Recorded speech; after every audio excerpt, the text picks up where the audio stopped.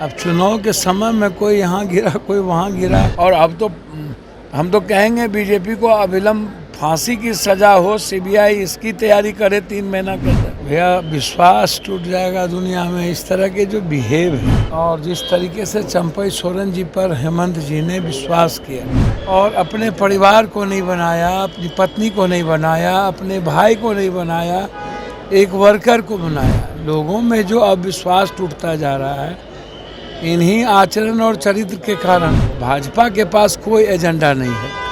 कश्मीर में आप नहीं देख रहे हैं क्या स्थिति है भाजपा की। लिस्ट ही नहीं मिला, आदमी चुनाव लड़ने के लिए नहीं मिल रहा है। सोरेन ने भाजपा ज्वाइन कर लिया है सर, कैसे देखते हैं सर? हद हो गया भैया। अब चुनाव के समय में कोई यहाँ गिरा कोई वहाँ गिरा, भैया विश्वास टूट जाएगा दुनिया में। इस तरह के जो बिहेव हैं और जिस तरीके से चंपई सोरेन जी पर हेमंत जी ने विश्वास किया और अपने परिवार को नहीं बनाया, अपनी पत्नी को नहीं बनाया, अपने भाई को नहीं बनाया, एक वर्कर को बनाया। लोगों में जो अब विश्वास टूटता जा रहा है इन्हीं आचरण और चरित्र के कारण।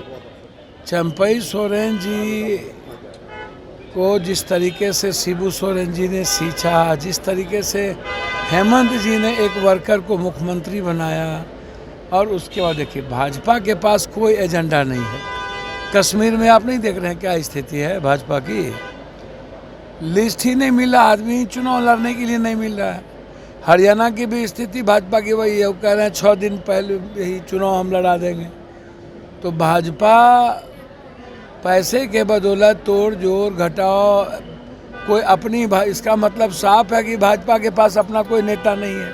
कभी बाबूलाल मरांडी को, कभी किसी को लाते हैं, और उनको अपने नेता पर भरोसा नहीं है, अपने पुरुषार्थ पर भरोसा नहीं है। खास तौर पर भाजपा को अब नरेंद्र मोदी जी पर भरोसा नहीं है, ये आप समझ लीजिए। दूसरों का पैंच उधार, कांग्रेस का तोड़ो, कांग्रेस का लाओ, उसका लाओ। तो भरोसा जब नरेंद्र मोदी जी पर ही नहीं है, गारंटी अभी शिवाजी का देख ही लिए, महाराष्ट्र में मूर्ति ही टूट गई। 45 से 47 साल की बात करते थे। तो इसलिए यह समय है आने जाने का। वोटर पर कोई प्रभाव नहीं। अरे सीता सोरेन को ले गए थे ना, वो घर की बहू को ले गए ना।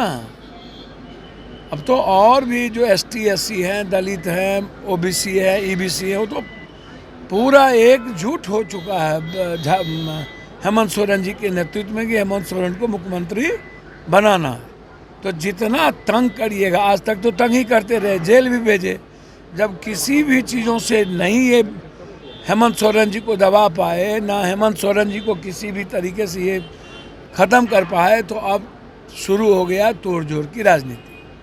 सर, कंगना रनावत ने फार्मर्स को लेकर, किसानों को लेकर बयान दिया था कि अगर हालात नहीं संभलते तो बांग्लादेश जैसे हो जाते, जिस पर अब बीजेपी ने किनारा कशी की है उनके बयान से। सर देखिए, एक बात समझिए, रोपिएगा बबूल, खाइएगा खजूर।